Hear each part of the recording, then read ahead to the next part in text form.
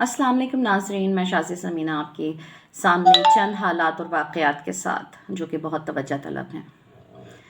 پچھلے دنوں سٹارٹنگ اکتوبر میں اتراکھنڈ میں ایک چرچ کے اندر ڈیورنگ پرے چند ہندو بلوائی چرچ میں داخل ہوتے ہیں، وہاں کے پادری کو اور وہاں پہ جو لوگ عبادت کر رہے ہیں ان کو لوہے کی راڈ سے زد و کوب کرتے ہیں، جس میں 10 لوگوں کی ڈیتھ ہو جاتی ہے آن دا اسپاٹ۔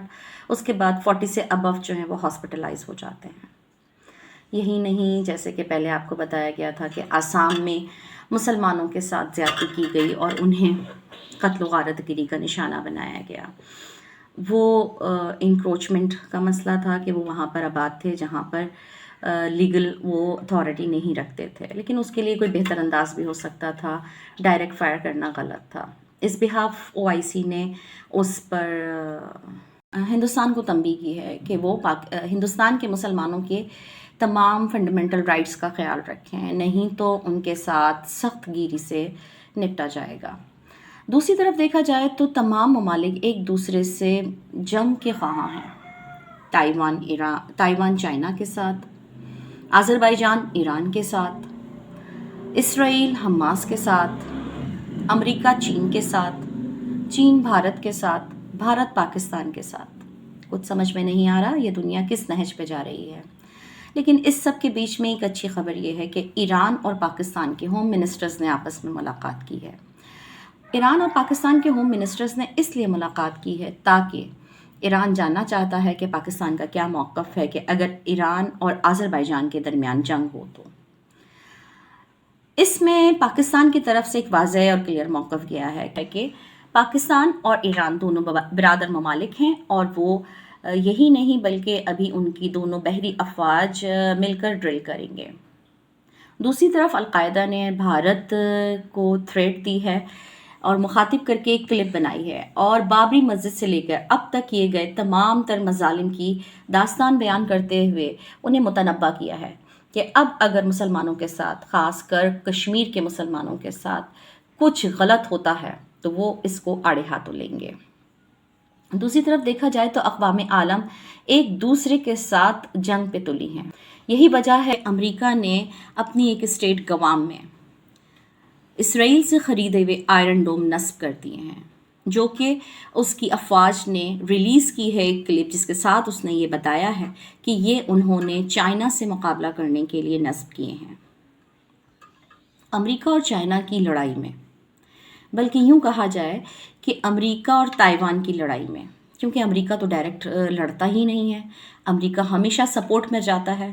امریکہ کی فوج ڈائریکٹ کسی کے ساتھ دو بدو نہیں ہوتی، وہ چھپ کر لڑنے کی آتی ہے، کمزور ہے، وہ جانتی ہے اپنی کمزوریاں، اس لیے وہ ہمیشہ کسی کے ساتھ پیرالل چلتی ہے، اور پھر اپنے ساتھ، آپ کو معلوم ہے کہ جھنڈ میں کون لڑتا ہے، اپنے ساتھ جھنڈ میں لے کے جانا چاہتا ہے برطانیہ کو، آسٹریلیا کو، انڈیا کو اور تائیوان کو۔ تائیوان کے آڑ میں یہ چائنا کو حملہ کرے گی۔ اسی طرح north Korea, in other words اگر کہا جائے تو تائیوان اور چائنا کے بیچ کے درمیان کی لڑائی کو امریکہ ہوا دے رہا ہے، اور جسے کہنا چاہیے کہ اپنی روٹیاں سیکنے کے لیے سب تیار ہو گئے ہیں، جن میں چین سے اینٹی انڈیا، چین سے اینٹی امریکہ، اس کے ساتھ آسٹریلیا اور اس کے ساتھ برطانیہ، یہ سب چین کے اگینسٹ کھڑے ہونے کے لیے ایک پیج پر آ گئے ہیں۔ دوسری طرف دیکھا جائے تو جنوبی کوریا کے کنگ جونگ بڑے ہی مزیدار شخصیت ہیں، جنہیں تاناشاہ بھی کہا جاتا ہے۔ انہوں نے تو جذبات میں آ کے کہہ دیا کہ وہ ایک آرمی بنا رہے ہیں، AJ ملٹری بنا رہے ہیں، اور ایک ایسا میزائل تیار کرنے جا رہے ہیں کہ جو کہ ڈائریکٹ نارتھ کوریا سے، بلکہ کر لیا انہوں نے، نارتھ کوریا سے امریکہ تک جائے گا اور امریکہ کو ختم کر دے گا۔ سمجھ میں نہیں آتا کہ یہ اقوام عالم کہاں جا رہے ہیں؟ کیا دنیا ختم ہونے کے دہانے پر ہے؟ تمام ممالک اپنی عسکری قوت دکھانے کے در پہ ہیں، ہر ملک ایک ملک کو زیر کرنے کے چکر میں ہے، چائنا ہو، امریکہ ہو، ہندوستان ہو، پاکستان، ایران، آذربائیجان، تائیوان، آسٹریلیا، برطانیہ، یعنی کہ آج سب ایک دوسرے کو ختم کرنے کے لیے اپنی پاور شو کر رہے ہیں۔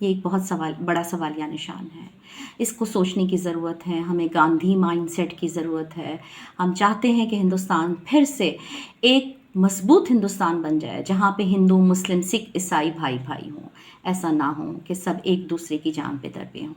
پلیز سوچئے، اس میں اپنا حصہ ڈالیے، آواز اٹھائیے. السلام علیکم.